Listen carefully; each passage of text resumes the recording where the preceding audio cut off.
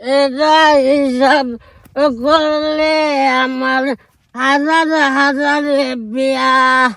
যখন যাদের সুন্দর দেখতাম মনে মনে বোবা নাইতাম কল্পনায় বাসর যাইতাম সুন্দর মাইয়া নিয়া এটা হিসাব করলে আমার হাজার হাজার বিয়া এটা হিসাব করলে আমার হাজার হাজার মা মারে তোর বাংলা বলার দোয়া করিস মা মারে তোর বাংলা বলার দোয়া করিস করলে আমার হাজার হাজার বিয়া হিসাব করলে আমার হাজার হাজার বিয়া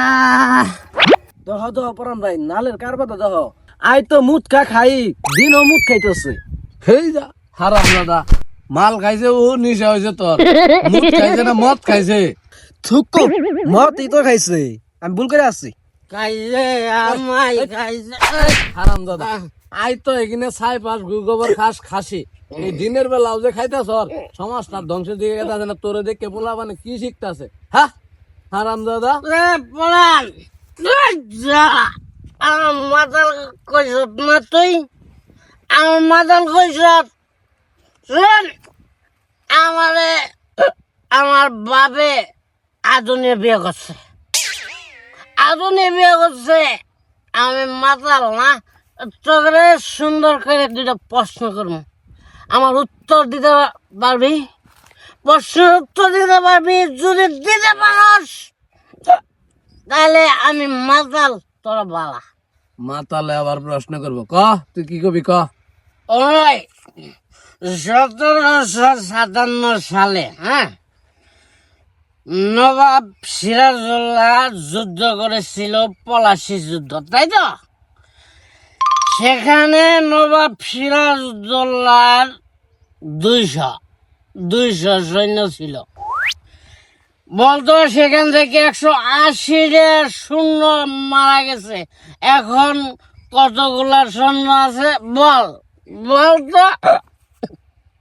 কখন তাহলে 20টা শূন্য থাকলো আমি জানি তোরা এই প্রশ্নের উত্তর দিতে পারবি না ওই সময় ছিল 17 সাল এখন 26 সাল 2000 তার মানে নবাব সিরাজউদ্দৌলাও নাই তার শূন্যও নাই তোরা পারস নাই এ হোসেন এলাল জাতে মাতাল হইলে কি হবো তালে হুশ আছে রে তুই যাই কস জগরে আরো একটা প্রশ্ন করি হ্যাঁ বলতো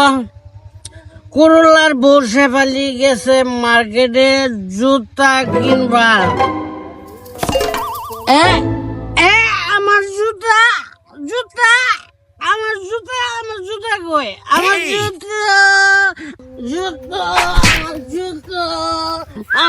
জুতো